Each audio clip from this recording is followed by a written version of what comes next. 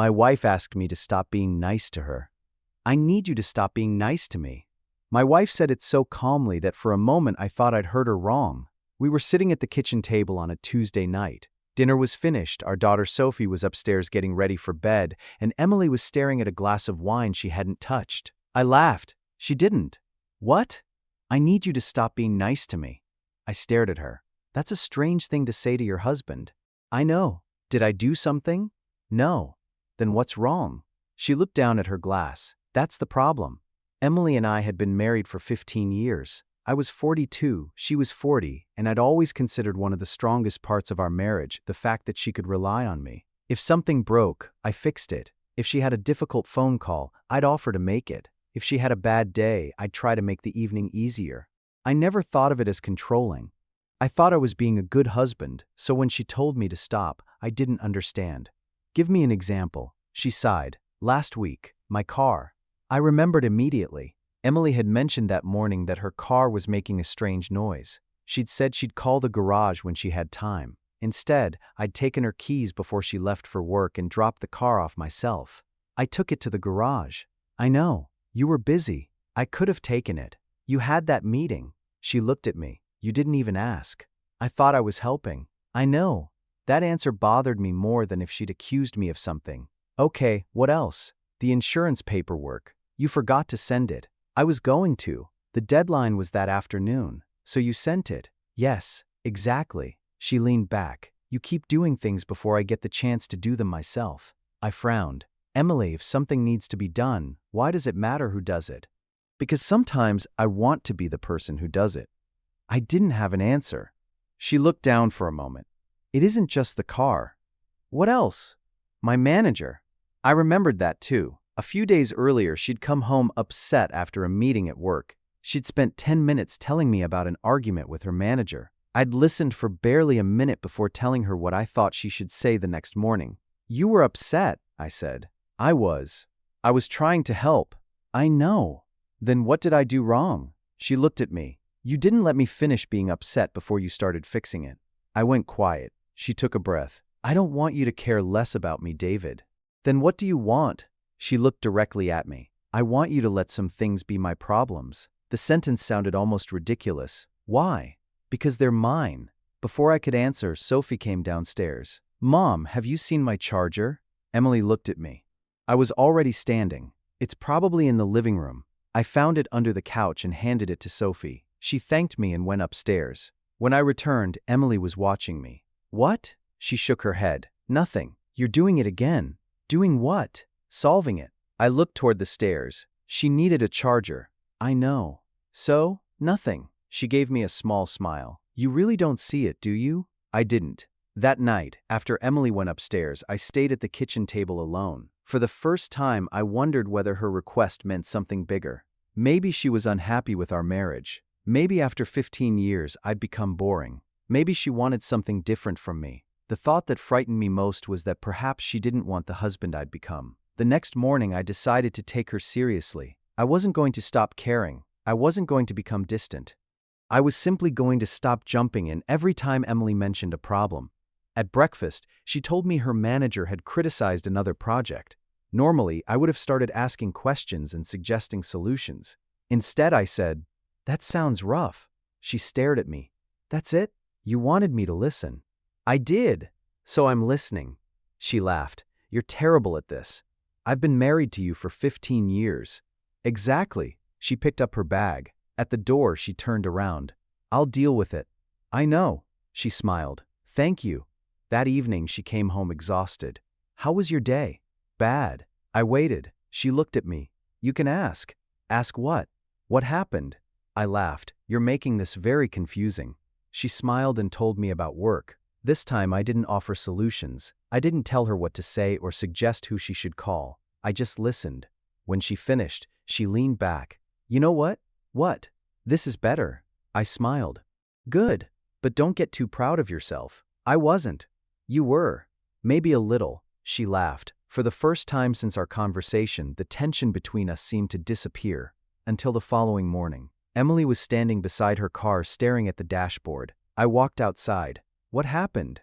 The warning light came back. My first instinct was immediate. I'll take it to the garage. She looked at me. I stopped. Do you want me to? She thought about it. No, I'll call them after work. I nodded. Okay. I turned toward the house. David. I looked back. She smiled. That's what I mean. I smiled too, but as I walked inside, I realized something uncomfortable. For 15 years, I'd thought being a good husband meant making sure Emily didn't have to deal with things alone. Now she was asking me to let her deal with some of them herself, and I had no idea how difficult that was going to be for me.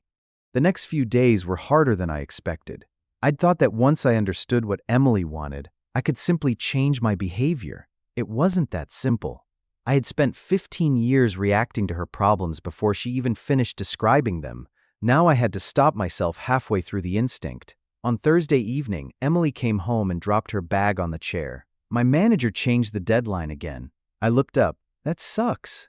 She stared at me. I waited. She laughed. What? Nothing. You're doing it again. Doing what? Waiting for permission to help me. I smiled. I don't know the rules anymore. There aren't rules. That sounds like there are definitely rules. She laughed and sat beside me. Then she told me what had happened at work. Her manager wanted the project finished several days earlier, and Emily wasn't sure she could manage it. Normally, I would have started offering solutions before she'd finished the first sentence. This time I listened. When she finished, I said, "What do you think you're going to do?" She thought for a moment. "Talk to her tomorrow." I nodded. "Sounds good." She looked at me. "You're not going to tell me what to say?" "No." "Why?" "Because you already know what you want to say." She smiled. "Maybe I do." For a moment, I felt like I was finally getting it. Then Saturday came. Emily was trying to assemble a small shelf we'd bought for the hallway. I was in the living room when I heard something hit the floor. A few seconds later, I heard her mutter under her breath. I walked into the hallway. "The instructions are probably wrong." She looked at me. "I haven't even said anything." "You dropped the screwdriver." So I thought you were struggling." "I am." I reached for the screwdriver. "Give me that." She pulled it back. "No." I stopped. "Okay, I can do it." "I know." She gave me a suspicious look. "You really mean that?" "Yes." I walked away. 10 minutes later, she called me. "David?" "Yeah?" "Can you hold this for a second?" I went back and held the shelf while she tightened the screws. When it was finished, she stepped back and looked at it. "There," I smiled. "There." She looked at me. "You see?" "What?" "That was help," I nodded. "What was different?" I asked. "Exactly." That stayed with me. She didn't want me to stop helping her. She wanted to decide when she needed help. That evening, we were sitting on the couch when Emily said, "I think you misunderstood me." "About what?" "When I asked you to stop being nice to me. I thought you meant stop fixing everything." "I do." "Then what did I misunderstand?" "You think I want you to become less involved." I looked at her. "Don't you?" "No." She took a breath. "I still want you to care when I'm having a bad day. I still want you to ask how my meeting went. I still want you to pick me up when my car is in the garage."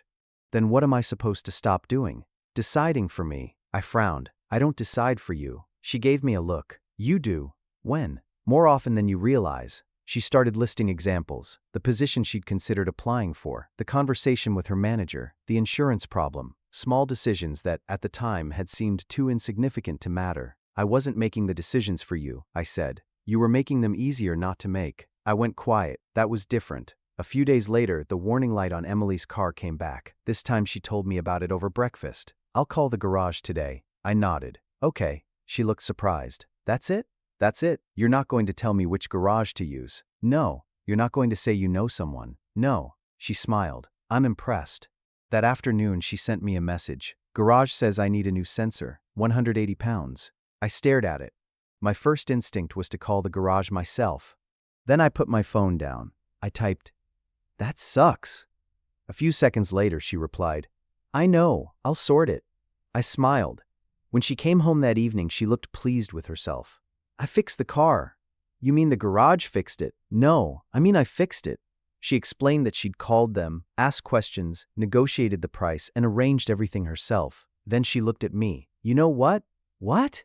"I forgot I could do things without you."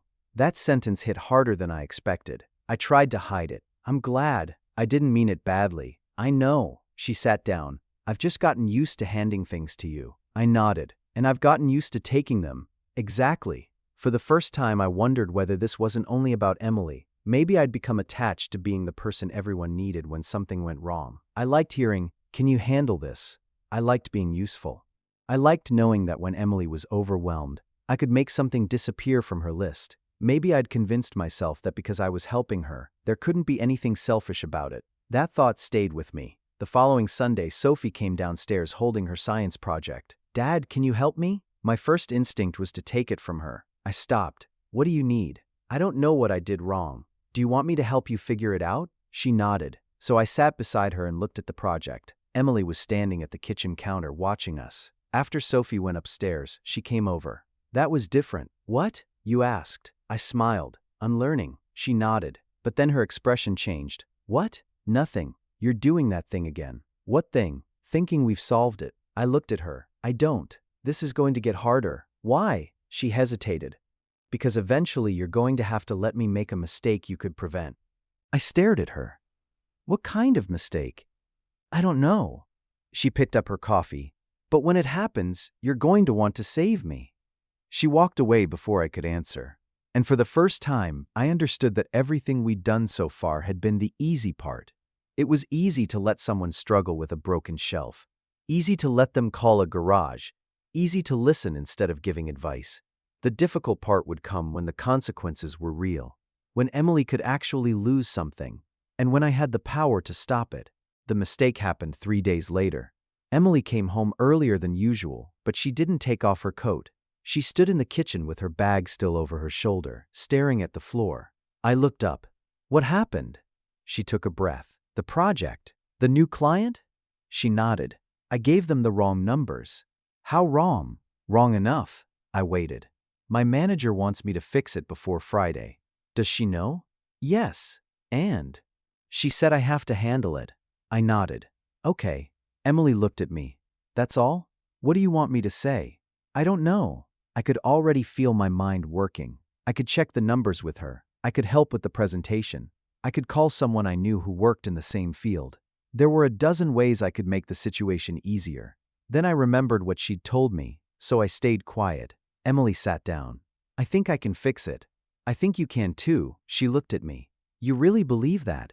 "Yes." She nodded. "I have to tell my manager exactly what happened." "That sounds right."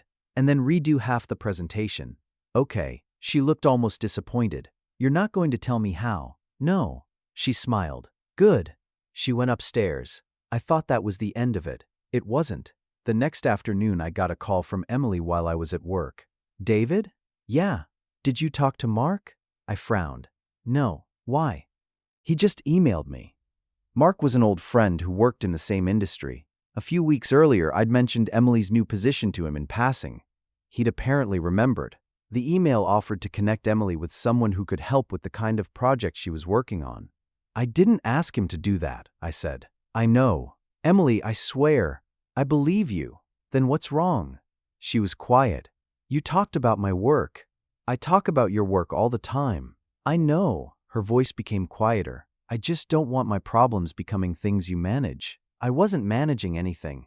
"You weren't trying to." "That doesn't make it different." I closed my eyes. "I'll tell him not to contact you." "No." "What?" "Don't fix this either." I didn't know what to say. "I'll deal with it." Then she hung up. I sat at my desk staring at my phone. For the first time, I wasn't confused. I was hurt. I knew I'd made a mistake, even if I hadn't meant to. That evening, Emily came home and we barely spoke. After dinner, I found her in the kitchen. "Can I ask you something?" She turned around. "What? Do you want me to care?" She looked confused. "Of course. You keep telling me not to fix things, not to interfere, not to give advice." "I know. So what am I supposed to do?" She leaned against the counter. "Be here. That's it?" "Sometimes." I shook my head. "I don't understand." She looked tired. "You think I'm asking you to stop helping me, aren't you?" "No." "Then what?" She took a breath. "I want you to stop assuming that if I fail, you failed too." That stopped me. "I don't think that." "You do." "I don't." "You do, David." She looked at me. "If I have a bad day, you have to make it better. If I make a mistake, you have to fix it. If I'm scared, you immediately start giving me reasons not to be." I opened my mouth. She shook her head. "Don't." I closed it. "I don't even think you realize you're doing it." I looked away, because I did. Maybe not consciously, but I did.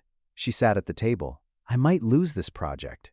"Okay." "I might embarrass myself." "Okay." "I might even get fired." That made me look at her. "You could?" "Yes." My instinct immediately returned. "Then maybe." She raised her hand. I stopped. Sorry. She gave me a tired smile. That's exactly what I mean. I sat opposite her. What happens if you do get fired? I find another job. What if you can't? I'll figure it out.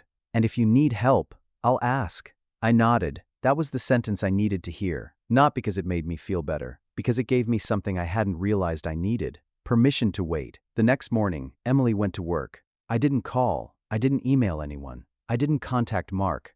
I didn't even text to ask how the meeting went. At 6 that evening, she came home. I looked at her face. Well? She put her bag down. I didn't get fired. I smiled. Good. I kept the project. Good. I have to redo half of it. I laughed. That sounds less good. It isn't. She smiled. I fixed it. I nodded. I knew you would. She walked over and hugged me. I held her. For a moment, neither of us spoke. Then she whispered, "Thank you for not saving me." I smiled. "You're welcome." She pulled away. You know what the strange part is? What? I was terrified. I know. I wanted to call you. You could have. I know. She looked at me. But I wanted to see if I could handle it myself. And? She smiled. I could. I smiled back. I knew you could. She went upstairs. I stayed in the kitchen for a while. I had thought the hardest part would be resisting the urge to help her. It wasn't. The hardest part was accepting that Emily could struggle, fail, recover, and become stronger without my hands being on every part of the process. And I was beginning to understand that maybe being her husband didn't mean making sure she never fell. Maybe it meant trusting her enough to let her get back up. The next morning, I woke up thinking about what Emily had said. I wanted to see if I could handle it myself. I kept thinking about that because I realized I had spent years assuming that if I loved someone, I should make their life easier whenever I could. I had never considered that sometimes making someone's life easier could also make them less confident in their ability to handle it. That afternoon, Emily came home with an old envelope in her hand. "What's that?" She put it on the kitchen table. "I found this in the back of a drawer." Inside were old notes we'd written to each other during our first few years of marriage. She pulled one out and handed it to me. I read it. "Can you call the landlord? I don't want to deal with him." I laughed. I remember that. I was terrified of that man. He was difficult. "You handled him." I pulled out another note. "Can you sort out the insurance?" Then another. "Can you make the appointment?" I looked at Emily. "You asked me to do all this." "I know." And I did. "I know." She sat down. "That's what I've been trying to explain." I looked at the notes again. "When we first got married, I was happy to help you." "I know." "You were happy to let me." "I know." "So what changed?" She thought for a moment. "Nothing changed all at once." She picked up one of the notes.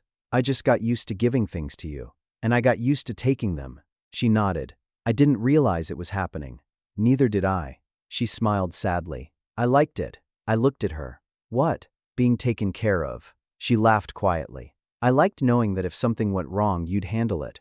I smiled. "I liked knowing you needed me." That sentence came out more honestly than I'd intended. Emily looked at me. "And there it is." "What?" "You needed it too." I didn't argue, because she was right. Being the person everyone relied on made me feel useful. It made me feel like I was doing something important for the people I loved. Maybe I had confused being useful with being necessary. Emily put the notes back in the envelope. "I don't think either of us did anything wrong." "Then why does it feel like we did?" "Because something that worked for us stopped working." I nodded. It was the simplest explanation. There hadn't been a villain. There hadn't been one terrible moment that caused everything. It had happened through hundreds of small decisions. She asked. I helped. She asked again. I helped again. Eventually, neither of us questioned it. It became our marriage. Later that afternoon, Sophie came downstairs carrying a broken school bag. "Dad, can you fix this?" I reached for it, then stopped. "What happened?" "The zipper broke. Do you want me to fix it?" She looked at me like the answer was obvious. "Yes," I smiled. "Okay." I fixed it while she watched. When she went upstairs, Emily walked into the room. "You asked." I looked at her. She asked me. "Exactly." I smiled. "I think I'm getting it." "You're getting there." A few days later, Emily came home with an email open on her phone. "I need your opinion." I put my coffee down. "Okay. They want me to take over a new account." "That sounds good." "It is. But it means more responsibility, more hours, some travel." I nodded. She looked at me. "What do you think?" I could already see all the practical problems. Sophie, school, her schedule, our house, money, travel. The old version of me would have gone through every one of them before she even finished explaining. Instead, I asked, "Do you want it?" She didn't answer immediately. "Yes." "Then you should probably take it." She smiled. "You're not going to tell me it's too much?" "No." "You're not going to make a spreadsheet?" I laughed. "I was considering it." She laughed too. Then she became serious. "I was afraid you'd tell me not to." "Why?" "Because it would make our lives harder." I thought about that. "It probably will." She looked surprised. "But harder doesn't automatically mean worse." She smiled. "That might be the smartest thing you've said all month." She accepted the position 2 days later. The first few weeks were difficult. She came home exhausted. Sometimes she complained that she'd made a mistake. Sometimes she wondered whether she'd taken on too much. But I didn't tell her to quit. I didn't tell her what she should do. I asked what she needed. Sometimes she needed me to pick Sophie up. Sometimes she needed dinner. Sometimes she didn't need anything. She just wanted to sit beside me and complain for 10 minutes. And I learned that those conversations didn't always need an ending. One evening she came home furious. "I hate this job." I looked at her. "Want advice?" "No." "Want me to listen?" "Yes." So I listened. When she finished, she leaned back against the couch. "You know what?" "What?" "I think this is the first time I've complained to you without secretly hoping you'd make it disappear." I smiled. "And it feels good." "Why?" She thought about it. "Because when you don't fix it, I get to decide what happens next." She took my hand. I didn't realize how much I needed that. I squeezed her hand. For the first time, I understood that Emily wasn't trying to push me out of her life. She was trying to make room for herself inside it. And maybe that was the part I'd missed from the beginning. She didn't want a husband who cared less. She wanted a husband who trusted her enough to let her be responsible for her own life. I thought I understood it now, but I hadn't yet learned the hardest part, because a few weeks later, Emily would make another mistake.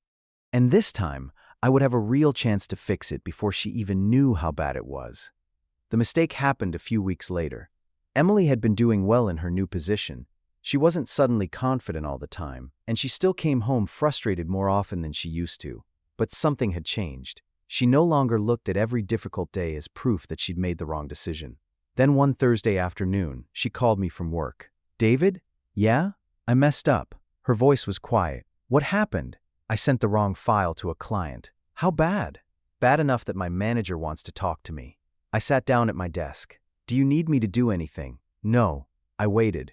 "I just wanted to tell you." "Okay." There was a pause. "You're not going to ask what happened?" "I can." "You can ask." So I did. She explained what had happened. She'd been rushing, attached the wrong version of a document, and the client had already opened it before she noticed.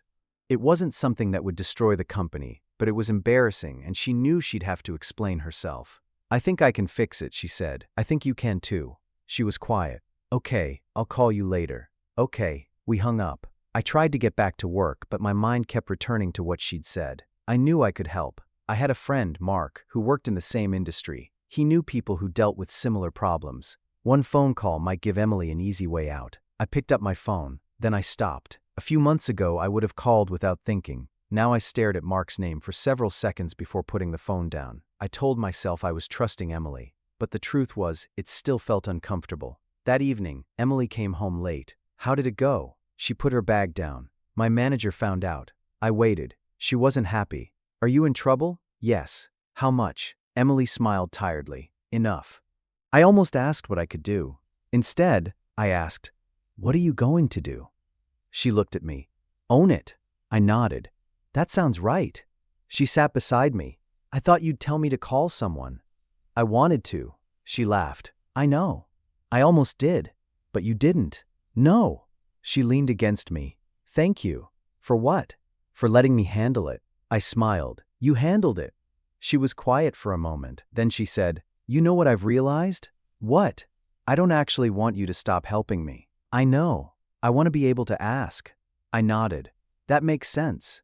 And I want to know that if I don't ask, you'll still be there." "I will." She looked at me. "That's the part I was afraid of." "What?" "That if I became more independent, you'd feel like you weren't needed anymore." I didn't answer immediately, because that was exactly what I had been afraid of. Maybe not consciously, but somewhere inside me I'd always connected being needed with being important. Emily saw it on my face. "That's why I said it." "Said what?" "That night."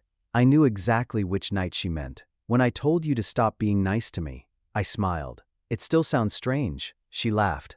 I know. She took my hand. I wasn't asking you to love me less.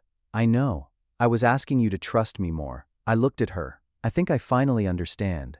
Do you? I think so. She squeezed my hand. Good. The next morning, Emily went to work. I didn't call her. I didn't contact Mark. I didn't try to find someone who could make her problem disappear. Around 6, she came home. I knew from her expression that something had happened. Well, she took off her coat. I kept the account. I smiled. Good. I had to apologize. I'm sure. I had to redo everything. That sounds painful. It was. She smiled. But I did it. I hugged her. I knew you would. She pulled away. You know what was strange? What? I was scared all day. I know. But I never once thought, David will fix this. I smiled. That sounds like a good thing. It is. She looked at me. Because I knew you'd be there. I nodded. But I also knew it was mine. That sentence stayed with me. For years, I'd thought love meant making sure the people I loved didn't have to carry heavy things alone. Now I was beginning to understand that sometimes love meant carrying something beside them without taking it out of their hands. I thought we'd finally figured it out.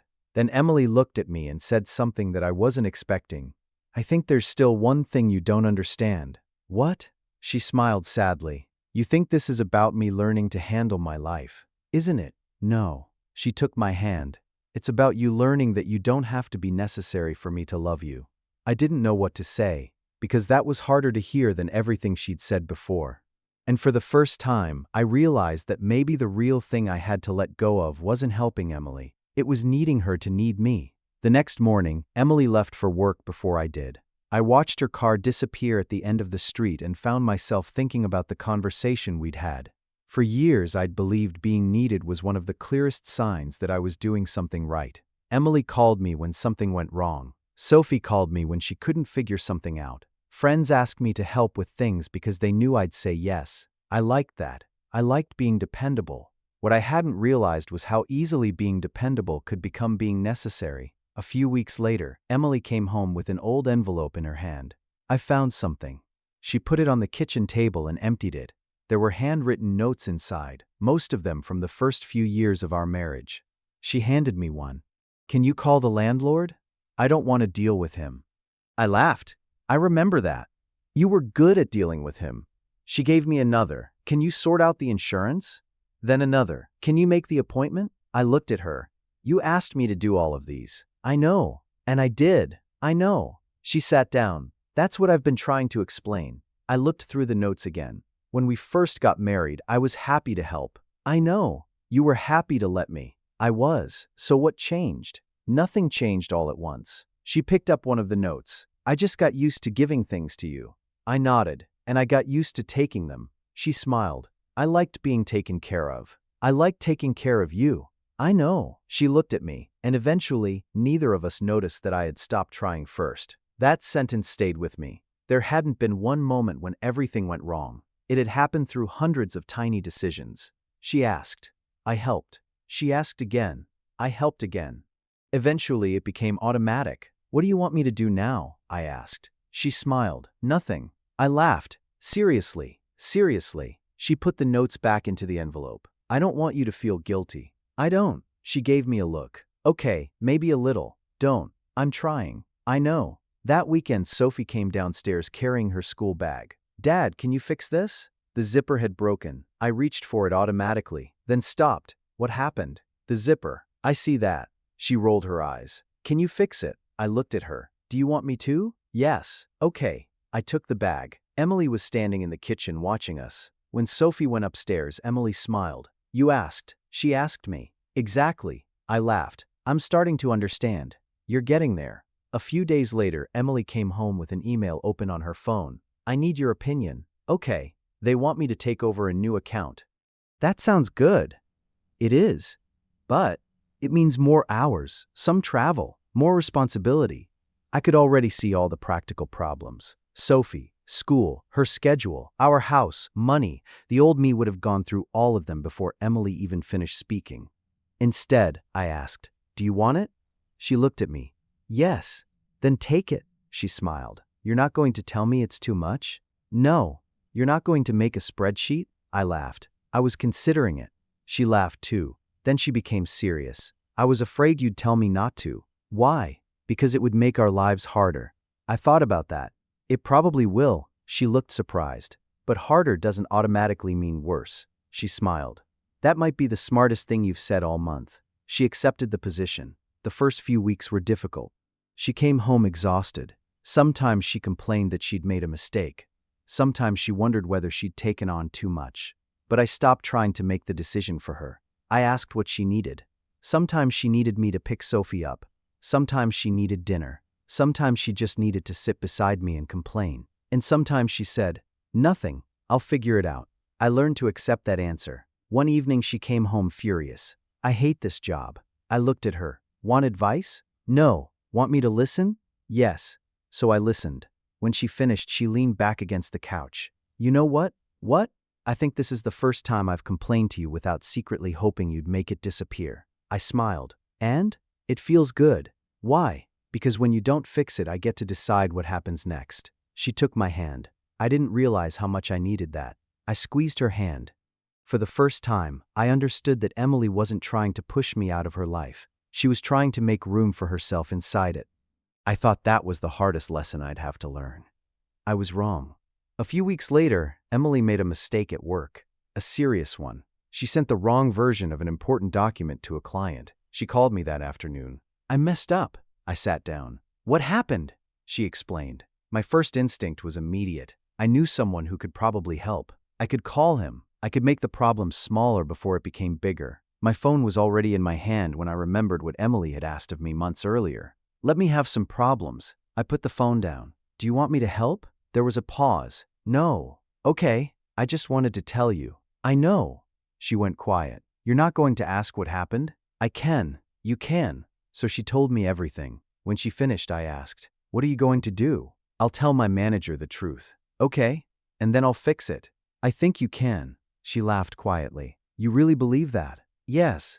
The next day, she went to work and dealt with it herself. She wasn't fired. She had to apologize, redo the work, and accept that she'd made a mistake. But she handled it. When she came home that evening, she looked exhausted. "I fixed it. I knew you would." She smiled. Then she hugged me. "Thank you." "For what?" "For not saving me." I smiled. "You didn't need saving." She pulled away. "That's what I needed you to understand." We stood there for a moment. Then she said, "I think there's still one thing you don't understand." "What?" She took my hand. "I didn't want you to stop being nice to me." "I know. I wanted you to stop thinking you had to be necessary for me to love you." I didn't answer, because that was the part I'd been avoiding. I'd spent 15 years believing love meant being the person someone couldn't manage without. Maybe that wasn't love. Maybe it was fear.